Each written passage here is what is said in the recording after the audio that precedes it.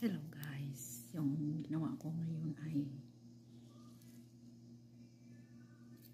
i-separate ko yung ginger.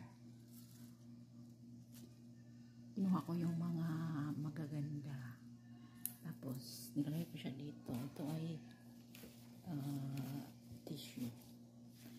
Lagay natin sa tissue para ma-absorb yung water. Hinugasan ko na kasi ito mga kaibigan.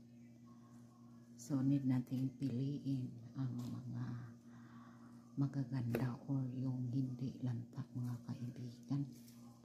Tapos, balutin natin yan sa tissue para sisip-sipin ng tissue yung tubig galing sa ginger. Ayan.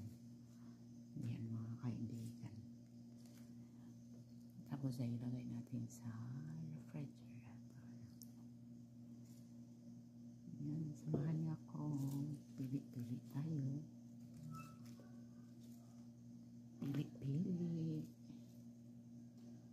Piliin ang maganda at hindi palantak mga kaibigan. Maganda itong ginger mga kaibigan. Marami siyang benepisyo sa ating katawan. Kaya ugaliin kumain ng ginger. Diba? Yan, kagaya nito, tapon na to. Yung mga lanta ay separate natin. So, yan.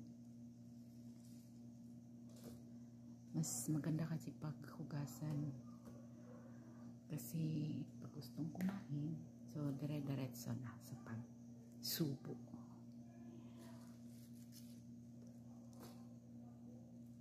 Itong ginger ay anti-aging siya mga kaibigan at saka anti-cancer.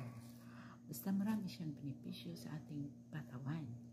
Kaya ugaliin kumain ng ginger mga kaibigan. Yun lang. Thank you for watching.